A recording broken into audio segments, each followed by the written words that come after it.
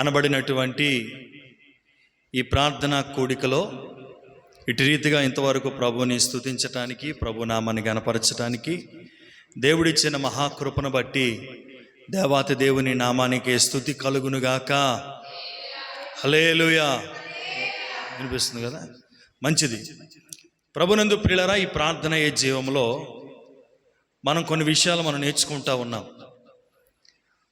ఎవరి నిమిత్తము వారు ప్రార్థన చేయాలని, ఇతరుల కొరకు ప్రార్థన చేసే అనుభవాన్ని కలిగి ఉండాలని మనం నేర్చుకున్నాం. దాని ద్వారా వచ్చే దీవెనలు ఎలా ఉంటాయో కొన్ని విషయాలు మనం దేవుని యొక్క వాక్యములో నుండి మనం ధ్యానం చేసాం. ఈరోజు అనుదినము ప్రార్థన చేయుట వలన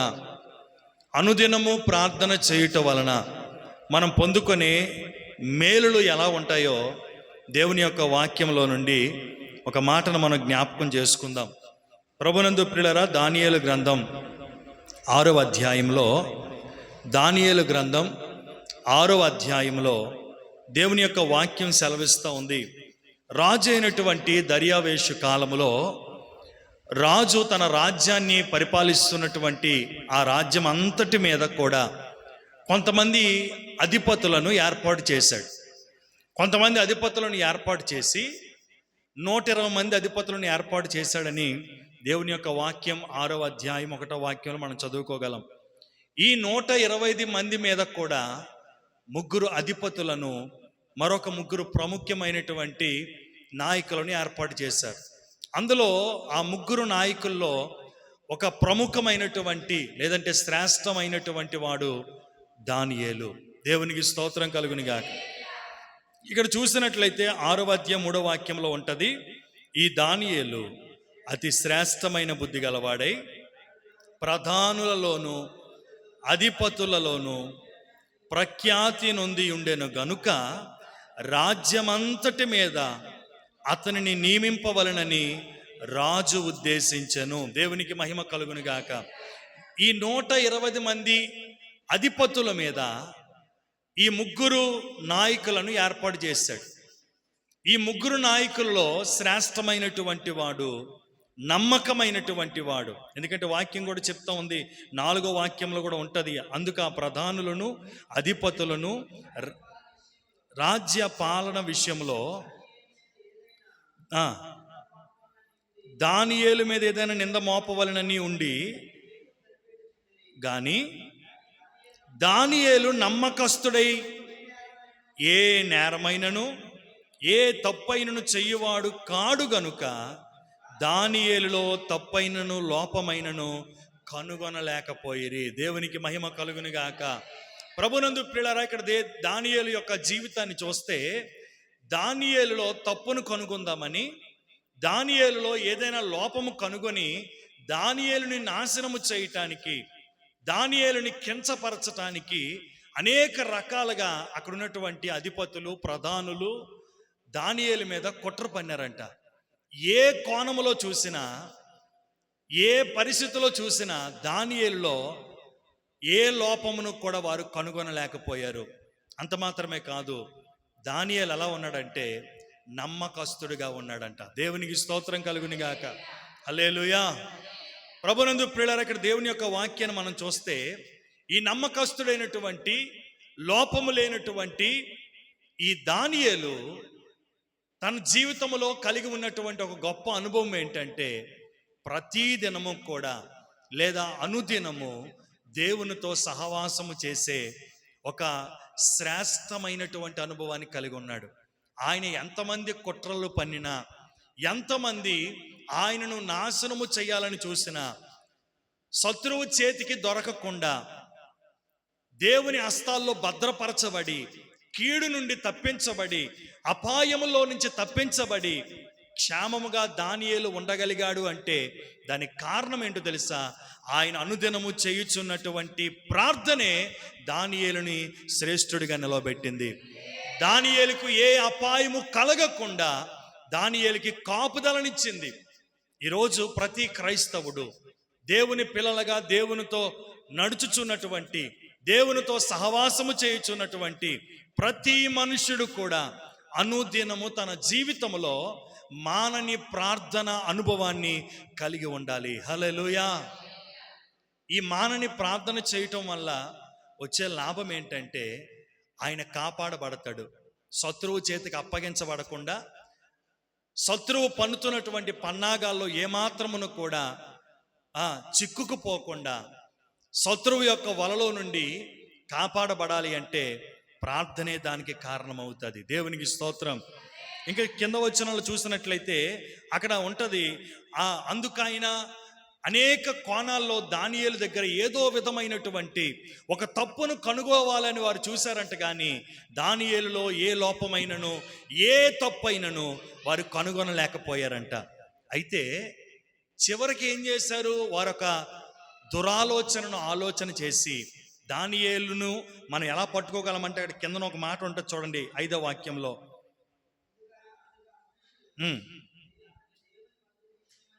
చూడండి, అందుకు ఆ మనుషుడు అతని దేవుని పద్ధతి విషయమందే గాని మరి ఏ విషయమందు అతనిలో లోపమును కనుగొనలేమని వారు తలంచారంట.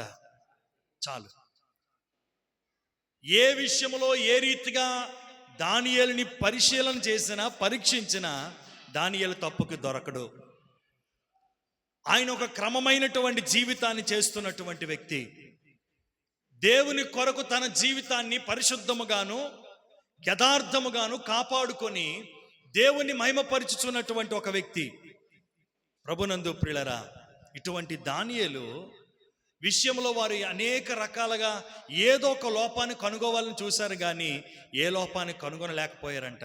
అందుకు ఆ రాజులు, ప్రధానులు, అధికారులు వారు ఏమనుకున్నారంటే ఆయన ఆరాధించుచున్నటువంటి దేవుని పద్ధతి విషయంలో తప్ప మరి ఏ విషయంలో కూడా దానియేలుని మనము తప్పు పట్టలేమని వారు గ్రహించి అక్కడ చేసినటువంటి 12 తెలుసా? రాజా, 30 దినముల వరకు ఏ మనుషునికైనను, మీకు తప్ప ఏ మనుషునికైనను, వారు ఆరాధిస్తున్నటువంటి వారి దేవతలకైనను వారు ఆరాధించకుండా, వారి మనవి చేసుకోకుండా ఉండాలి అని చెప్పి ఒక శాసనాన్ని రాయించి రాజు చేత ముద్ర వేయించేశారు. ఇప్పుడు ఏం చేయాలి? రాజముద్ర పడిపోయిన తర్వాత ఆ శాసనాన్ని ఎవరూ కూడా మార్చలేరు. దేవునికి స్తోత్రం కలుగును గాక. చూడండి, అదే 6వ అధ్యాయంలో ఒక మాట ఉంటుంది, 14వ వాక్యం చూడండి. 6:14.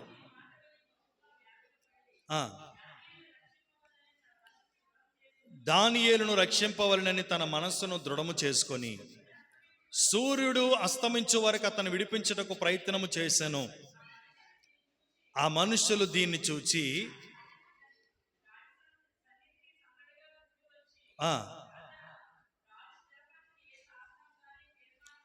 రాజు స్థిరపరిచిన ఏ శాసనము గాని తీర్మానము గాని ఎవడును రద్దుపరచజాలడు.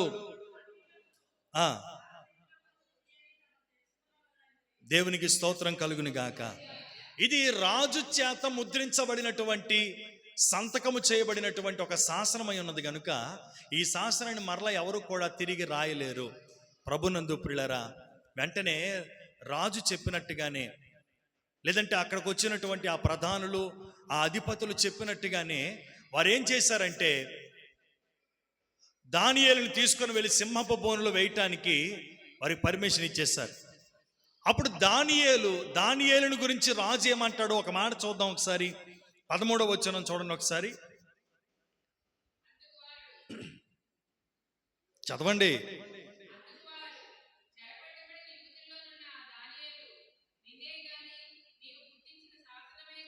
నిన్నే గాని నిన్ను పుట్టించిన శాసనమే గాని లక్ష్య పెట్టక అనుదినము ముమ్మారు ప్రార్థన చేయుచు, దేవునికి స్తోత్రం కలుగును గాక, రాజశాసనాన్ని ఏ మాత్రమును కూడా లక్ష్యము పెట్టక, నిన్నే గాని నీవు పుట్టించిన శాసనమును గాని, అంటే వచ్చినటువంటి అధికారులు, ఆ ప్రధానులు, అక్కడికి కూడి వచ్చినటువంటి ఆ కుట్రదారులు అందరూ కూడా ఏం చేస్తున్నారంటే రాజు ఎదుట దానియేలుని బ్యాట్ చేస్తూ ఉన్నారు.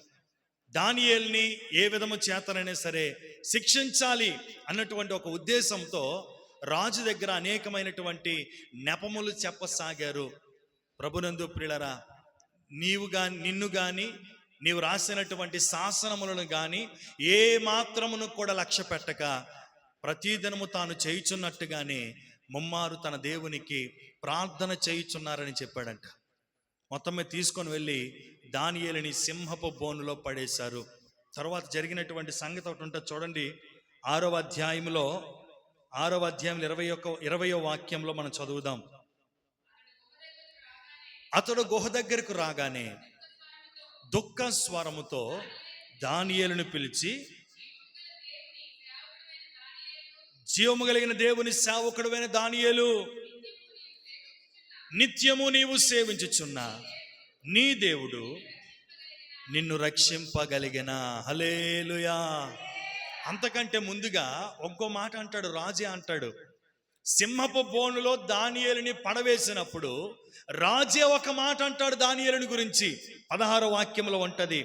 అంతటా రాజు ఆజ్ఞ ఇయ్యగా బంట్రోతులు దానియేలును పట్టుకొని పోయి సింహపు గుహలో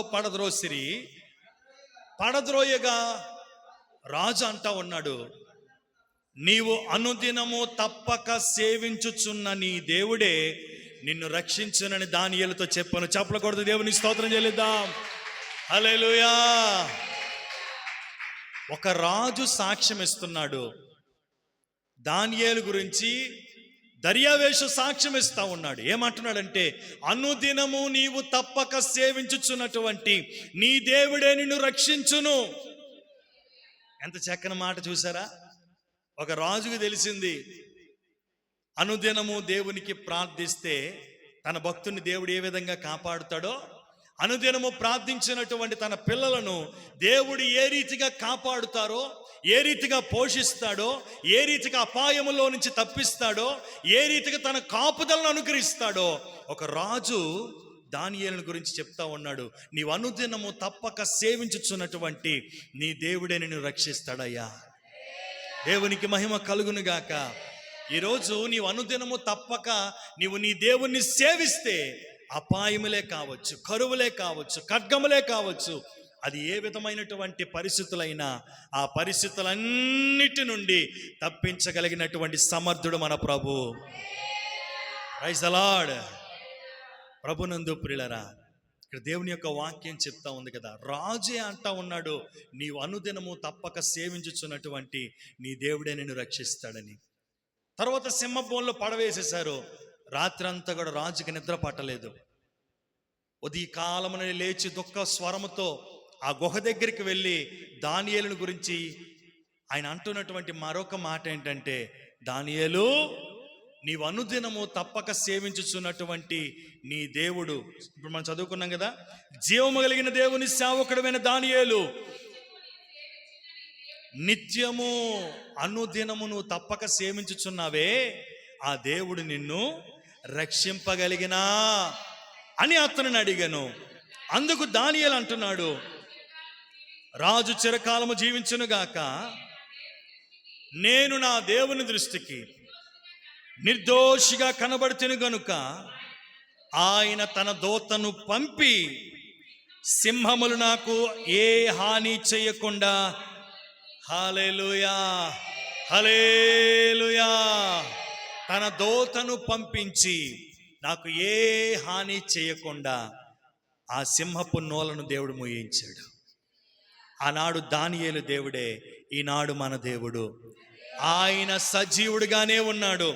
మనందరి కొరకు ఆయన మరణించి కలువరి శిలువలో తన ప్రాణమును పెట్టి ఆయన సమాధి చేయబడి 3వ దినమందు సమాధిని గెలిచి తిరిగి లేచి ఆయన సజీవుడిగానే మన మధ్యనే సంచరిస్తూ ఉన్నాడు. ఆయన ఈనాడు దానియేలు లాంటి ఒక ప్రత్యేకమైనటువంటి ఆ ప్రార్థన అనుభవాన్ని మనం కలిగి ఉన్నట్లయితే, దానియేలు సింహపు బోనులో నుండి సజీవుడిగా ఏ రీతిగా అయితే క్షేమంగా బయటకు వచ్చి దేవుని నామాన్ని మహిమపరచగలిగాడో, ఇదే ఈ రాత్రికాల సమయమందు మనము కూడా విశ్వసించి అటువంటి ప్రార్థనా జీవితాన్ని మనమును కూడా కలిగి ఉన్నట్లయితే, మనమైతే కొన్నిసార్లు ఆ ప్రార్థన అనుదినము ప్రార్థన చేయటం అనేది కొన్నిసార్లు తప్పిపోతూ ఉంటుంటాం. కొన్ని పరిస్థితులను బట్టి, శరీర బలహీనతలను బట్టి కొన్నిసార్లు ప్రార్థించకుండానే మనం ఆ దినాన్ని గడిపేస్తూ ఉంటుంటాం. కానీ దానియేలు అయితే ఎటువంటి పరిస్థితులు ఎదురైనప్పటికీ కూడా, రాజ శాసనములు, మరణకరమైనటువంటి పరిస్థితులు, ఆయనకి భయంకరమైనటువంటి ప్రతికూలమైనటువంటి పరిస్థితులు ఏర్పడినప్పటికీ కూడా దానియేలు ఏమాత్రమును కూడా కలవరపడక, దిగులు చెందక, చింతించకుండా ఆయన చేస్తున్నట్టుగానే ప్రతిదినము అనుదినము ఆయన తన దేవుణ్ణి సేవించే అనుభవాన్ని కలిగి ఉన్నవాడు. ఆయన యెరూషలేము తట్టు కిటికీలు తెరిచి తన చేతులెత్తి మోకరిల్లి దినమునకు ముమ్మారు ప్రార్థించే ఒక గొప్ప అనుభవాన్ని కలిగి ఉన్నటువంటి వాడు దానియేలు. ఈ రాత్రికాల సమయమందు ప్రభునందు ప్రియులారా, అటువంటి ప్రార్థన అనుభవాన్ని అనుదినము కూడా మనము తప్పక ప్రార్థించే అనుభవాన్ని మనం కలిగి ఉన్నట్లయితే దేవుడు ఏం చేస్తాడో తెలుసా? దేవుడు తన దూతలను మన కొరకు పంపిస్తాడు. ఏ హాని కలగకుండా, వాక్యం చెప్తుంది కదా, గాఢాంధకారపు లోయలో నీవు సంచరించునను ఏ అపాయమునకు నీవు భయపడవు. ఆమేన్. ఇంకో మాట ఉంటుంది, అనుదినము తప్పక దేవుణ్ణి సేవించేవారు, అనుదినము తప్పక దేవునికి ప్రార్థించే వారికి దేవుడు తన దూతను పంపించి, 91వ కీర్తన 10వ వాక్యంలో ఒక మాట ఉంటుంది కదా, చదవండి. 91వ కీర్తన 10వ వాక్యం. ఆయన ఏం చేస్తాడు? నీకు అపాయమేది రాదు, ఏ తెగులును కూడా నీ గుడారమును సమీపించదు. నీ వెళ్తున్నటువంటి నీ మార్గములన్నిటిలో కాపాడుట కొరకై ఆయన నిన్ను గూర్చి తన దూతలకు ఆజ్ఞాపిస్తాడు. హల్లెలూయా. అనుదినము నువ్వు తప్పక ప్రార్థించే అనుభవాన్ని కలిగి ఉన్నట్లయితే నువ్వు వెళ్తున్నటువంటి మార్గములో నిన్ను కాపాడుట కొరకే, ఏ అపాయములు, ఏ కీడులు కూడా నిన్ను తాకకుండా దేవుడు నిన్ను కాపాడుట కొరకై, మార్గమంతటలో నిన్ను సంరక్షించుట కొరకై తన దూతలకు ఆజ్ఞాపించి నీ దగ్గరికి పంపిస్తాడు. దానియేలు జీవితంలో కలిగినటువంటి పరిస్థితి కూడా అదే. అపాయకరమైన పరిస్థితిలో ఉన్నాడు, ప్రాణాపాయమైనటువంటి స్థితిలో ఉన్నాడు, భయంకరమైనటువంటి క్రూర మృగముల మధ్య చనిపోవటానికి సంసిద్ధుడిగా ఉన్నాడు. అటువంటి సందర్భంలో దేవుడు ఏం చేశాడు? అనుదినము తప్పక సేవించుచున్నటువంటి దానియేలును కాపాడుట కొరకై, ఆ సింహపు నోట నుండి విడిపించుట కొరకై దేవుడు తన దూతను పంపించాడు. అంత మాత్రమే కాదు, దేని వలన అయితే అపాయము కలిగి ఉందో, దేని వలన అయితే అపాయము పొంచి ఉందో, అవి ఏమాత్రమును కూడా అపాయము కలిగించకుండా, ఏమాత్రమును కూడా హాని చేయకుండా ఆ సింహపు నోళ్ళను మోయించాడు. హల్లెలూయా. అదే వాక్యం చెప్తా ఉంది. తర్వాత చదవండి, కంటిన్యూషన్. అది కాదు, కీర్తనలు 91:10 కంటిన్యూషన్. నీ పాదములకు రాయి తగలకుండా నీ కొరకు పంపించబడినటువంటి ఆ దేవదూతలు వారి చేతుల మీద నిన్ను ఎత్తు పట్టుకుంటారంట. నీవు సింహములను, నాగుపాములను అనగద్రొక్కెదవు, కొదమ సింహములను, భుజంగములను. దేవునికి మహిమ కలుగునుగాక. నీ కొరకు పంపించబడినటువంటి ఆ దేవదూతలు నిన్ను తమ చేతుల మీద ఎత్తు పట్టుకొని మన పాదములకు ఏ మాత్రమును కూడా రాయైనా సరి తగలకుండా మనలను కాపాడుతారు. ప్రభునందు ప్రియులారా, కీడులు తప్పించబడాలి, అపాయములు తప్పించబడాలి, హింసలు, శ్రమలు, కరువులు, కాటకములు వచ్చినప్పుడు వాటి నుండి మనం తప్పించబడాలి అంటే నీవు అనుదినము తప్పక నీ దేవుణ్ణి విడవక సేవించాలి. సంతోషంలోనే కాదు, సంతోషం కలిగినప్పుడే ప్రార్థన కాదు, దుఃఖము కలిగిన, ఎటువంటి ప్రతికూల పరిస్థితులు ఉన్నప్పటికీ నీ ప్రార్థన జీవితాన్ని మార్చుకోకూడదు. ఎప్పుడు ఒకలాంటి ప్రార్థనే. దానియేలు రాజుగా ఈ సిచ్యువేషన్ జరిగిన తర్వాత ఒక ప్రధానుడిగా మరలా పేరుగాంచాడు. ఆ దేశంలో ఒక ప్రధానుడిగా, ఒక ప్రముఖుడిగా ఆ వ్యక్తి నియమించబడ్డాడు. ప్రముఖుడిగా నియమించబడిన తర్వాత ప్రార్థన జీవితాన్ని మానేయలేదు. అదే ప్రార్థన జీవితాన్ని తన జీవితంలో కొనసాగించేవాడిగా ఉన్నాడు. ఈ రాత్రికాల సమయమందు దానియేలు జీవితం నుండి మనం నేర్చుకోవలసినటువంటి విషయం ఏంటంటే, మనం అనుదినము కూడా ఎటువంటి పరిస్థితుల్లో ఉన్నప్పటికీ మనం తప్పించబడాలి అంటే కీడు నుండి తప్పించబడాలి అంటే, అపాయము నుండి తప్పించబడాలి అంటే, క్రూర మృగము లాంటి పరిస్థితుల మధ్యలో మనము సంచరిస్తున్నప్పటికీ కూడా వాటిలో మనము చిక్కుకుపోకుండా మనం తప్పించబడాలి అంటే వాటన్నిటికీ కారణం ఏంటో తెలుసా? మనము మానక అనుదినము ప్రార్థించే అనుభవాన్ని కలిగి ఉండాలి.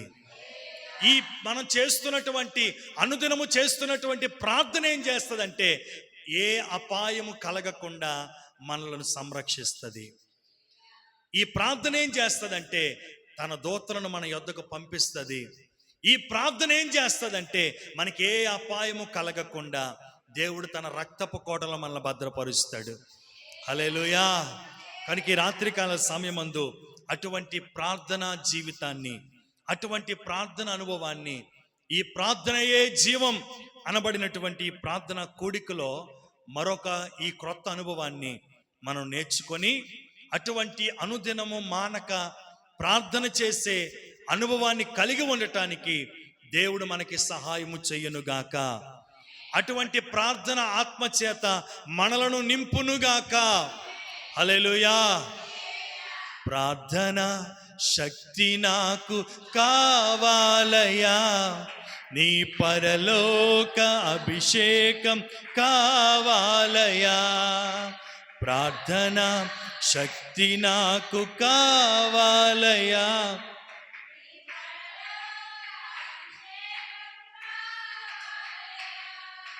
యేసయ్యా కావాలయ్యా, నీ ఆత్మ అభిషేకం కావాలయ్యా. యేసయ్యా కావాలయ్యా, నీ ఆత్మ అభిషేకం కావాలయ్యా. ప్రార్థన శక్తి నాకు కావాలయ్యా, నీ పరలోక అభిషేకం కావాలయ్యా. హల్లెలూయా.